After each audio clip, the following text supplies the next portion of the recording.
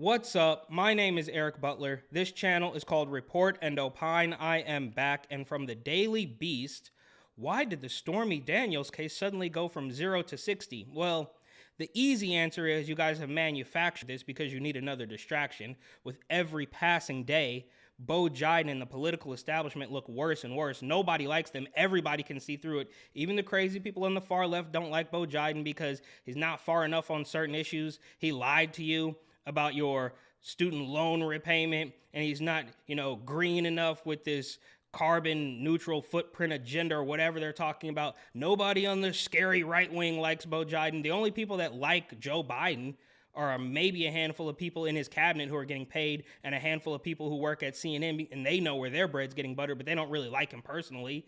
And who knows who's really in charge, right? We talk about this constantly. Joe Biden can't even put together a sentence, and nobody believes he's actually pulling the strings. He's actually the one making decisions for the country. And now we're talking about Alvin Bragg, the Manhattan DA, who notoriously has no problem with letting criminals roam free, but for some reason is worried about taking down Donald Trump. After years of inaction on the case, the newly keen Manhattan DA wants Trump to testify before a grand jury. Let's hope Alvin Bragg's haste doesn't undermine his prosecution. Now, this is an opinion by this guy named Shan Wu, but we all know these opinions aren't real. They are handed down by somebody behind the curtain, telling them to sell this and tricking people into believing that Orange Man's still bad. Don't you realize that after 5 or 6 years or whatever it's been since the day he was inaugurated, really before that, since the day he came down the escalator, you guys have been trying to stop him, and I guess you succeeded, right? Because we saw the Time magazine article of the shadow cabal that fortified the election, so they did succeed in that sense. But if you're still crying about this 5, 6, 7 years later, then maybe you should try a new argument, right? We saw all of the things, all of the J6, all of the Billy Bush tapes, all of the Ukraine, Russia, racism. We saw all of it. You already did it. It didn't work. Nobody's buying it. You're screaming into the abyss. The only people, you're not convincing anybody, I should say. You're only screaming, you're preaching to the choir, as they say, right?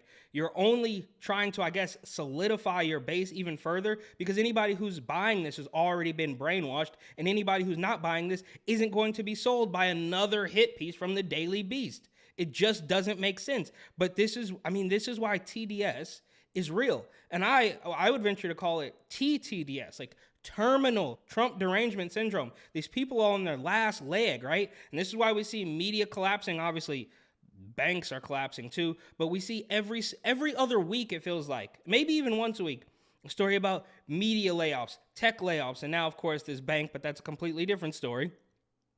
They say, Manhattan District Attorney Alvin Bragg has invited former President Donald Trump to testify before a grand jury about the Stormy Daniels hush money case.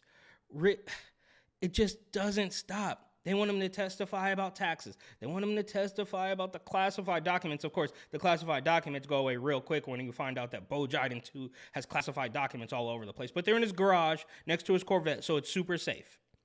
This is an about-face from Bragg's previous reluctance to charge Trump in the financial crimes prosecution that his predecessor, Cyrus Vance, had appeared to greenlight. But Bragg's newfound prosecutorial libido may not bode well for any potential prosecution, given the challenges it is likely to face. So they're telling you, in a roundabout way, that it has no legs. It doesn't make sense. But they just it really is like the Roadrunner, or Wile E. Coyote chasing the Roadrunner, or, of course, Lucy pulling the football away from Charlie Brown every single week.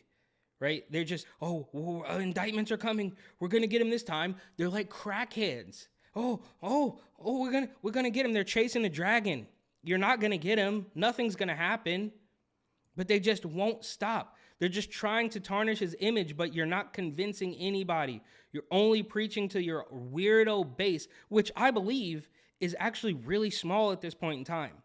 When you actually talk to people out in public, they know. Everybody knows the media is lying, but they just keep on going.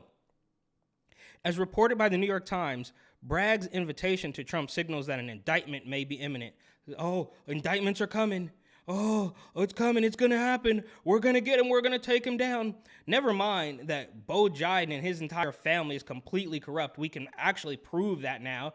You know, go ahead and check out the New York Post. They did an entire section about the Biden crime family. And now we're not talking just about Hunter, but obviously Joe Biden's brothers, all this sorts of stuff. And they don't print one story. They don't run one story about some of those backdoor deals. Not one. Meanwhile, they're circling. They're going back to the top of the order on every single thing that they could ever possibly try to bring Trump down on. And they know it's not real. They're all adults. They know it's not real. It's the same thing with this, certain gender, this extreme gender ideology. Everybody knows it's not real. But they just have to keep forcing it down your throat because they've gone in too far. Their heels are dug in. And they just need to make sure that they're still in charge. Because potential defendants in New York have the right to answer questions before a grand jury prior to indictment. Reports that former Trump enforcer Michael Cohen will also testify before the grand jury further signals that Bragg's investigation is very active. But if Bragg is really so far along in the prosecution, then the speed of the process is cause for concern. Yeah, so now we've heard twice already in the first two paragraphs that it's not really going to work, which I guess in some weird way you kind of have to give them credit for. So they put up this big title, oh, indictments are coming, oh, we're going to get him this time, and then they say, well, it's not really going to work, but we're going to run this story anyways because we still need the handful of weirdo Trump TDS losers to keep buying what we're selling. We see the same thing with Rona, right? And they're going to keep selling you a new disease, a new virus, a new scare tactic. It's the exact same thing to keep the gullible people, to keep their thirst quenched, I suppose. Keep in mind that the potential financial crimes case against Trump that Bragg derailed had been worked up by his predecessor, Vance, for years. Vance began that investigation in 2018. As part of it, he fought Trump's efforts to block a subpoena of his tax records held by his accounting firm, Mazars, all the way to the Supreme Court, not once, but twice. When Bragg tanked the case against Trump, the prosecutor who argued before the Supreme Court and won, Carrie Doon, resigned, and another lead prosecutor on the case, Mark Pomerantz, who later wrote a book all about his dissatisfaction with how Bragg handled the case, also resigned in protest. Bragg appeared unfazed by this extremely unusual situation and went on to blandly secure an arguably empty conviction against only the Trump organization. He also gave Trump Chief Financial Officer Alan Weisselberg a generous plea deal for which Bragg got no cooperation against Trump in return for Weisselberg's light sentence. In sharp contrast to the exhaustive work done on the potential financial crimes case against, and that's another thing with framing the financial crimes. Like they are so quick to label him guilty. This is a crime. How do you even know a crime was even committed, bro? You guys keep trying to throw things at him and they don't stick. The man's Teflon because they're all fake, right? We're not talking, look, who knows? Trump has gone on record, by the way, admitting that he figures out ways to not pay taxes, right? That's what smart people do. But they just hate it. They're going to find anything. Like you said, I mean, Trump drinks water, Hitler drank, whatever. You know what I mean? It's like they look for anything to pin on this guy, and it's all absolute nonsense. You could really just say, we hate him, we want to take him down by any means necessary, because he's going to destroy our way of life. And that would at least be more respectable. That would be the truth. But no, they're going all the way back to Stormy Daniels. That was one of the first things. And again, I got to stress, she was represented by a now convicted felon who tried to extort Nike and got out because of Rona. All of this points to them being completely corrupt, but every single thing they do is pure projection. And we all know this by now. It's not new.